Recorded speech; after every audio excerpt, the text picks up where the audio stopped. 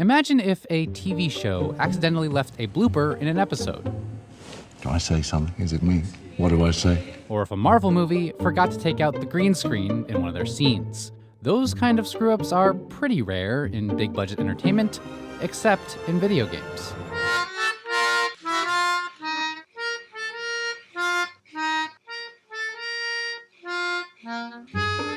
From Cyberpunk 2077 to Fallout 76 to No Man's Sky, gaming's history is littered with high-profile titles that flopped on release, burning their hundreds of thousands of day one customers.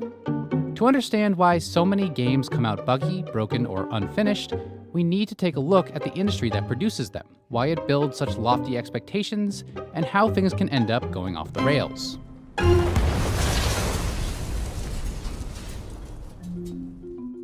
Video games come in all sizes, but the massive blockbuster games we're talking about usually fall under the designation of AAA Development.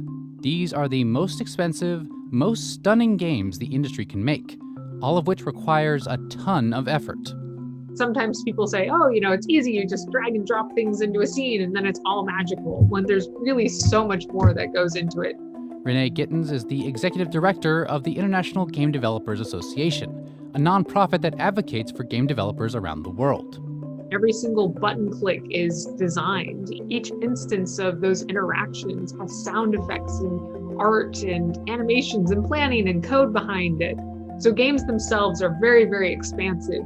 Making a AAA game often means pushing gaming technology to its limits, with expansive virtual worlds, stunning visual fidelity, and complex artificial intelligence systems, all while allowing an unpredictable player to bounce around in it like a chaos gremlin. It can take years of work and many millions of dollars.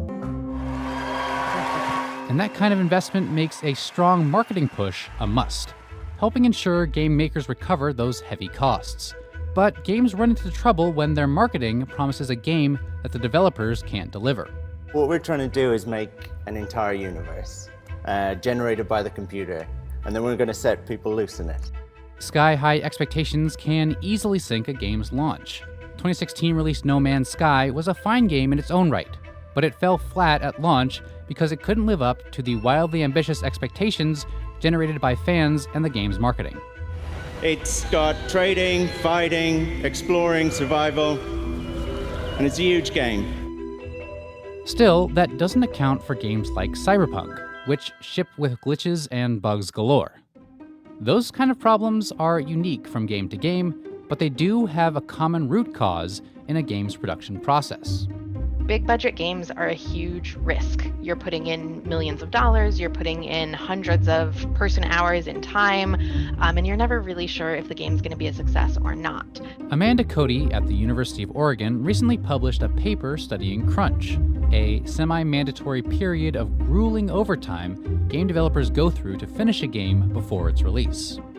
Game production can be unpredictable, and developers often end up crunching for months to catch up on deadlines or fix unexpected problems.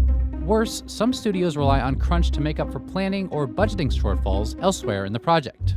It's easy to understand why people feel like they have to rely on tactics like crunch, why they have to finish and release a game no matter what. But doing so before a game's ready can sink an otherwise potentially excellent product. Crunch culture has deep roots in the industry, including at award-winning studios like Naughty Dog and Rockstar. But the practice has a lot of downsides, burning out developers and leading to mistakes.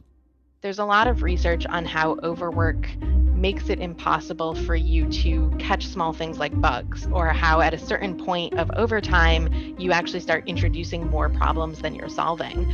So crunch can lead to these really buggy, disappointing games.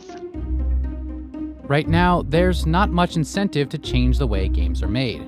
Half-baked or not, blockbuster titles usually still bring in massive sales. And post-launch work can give games new life beyond their ship date. Several games, judged dead on arrival at release, have made astonishing comebacks. But as AAA games grow bigger, the game production process is coming under more scrutiny. And every big-budget flop shines a spotlight on the way games are made and what might need to change. I think we have an increased recognition that that's the case, and that it's better to allow developers more flexibility in their schedules if that gives them the time to make the product really good.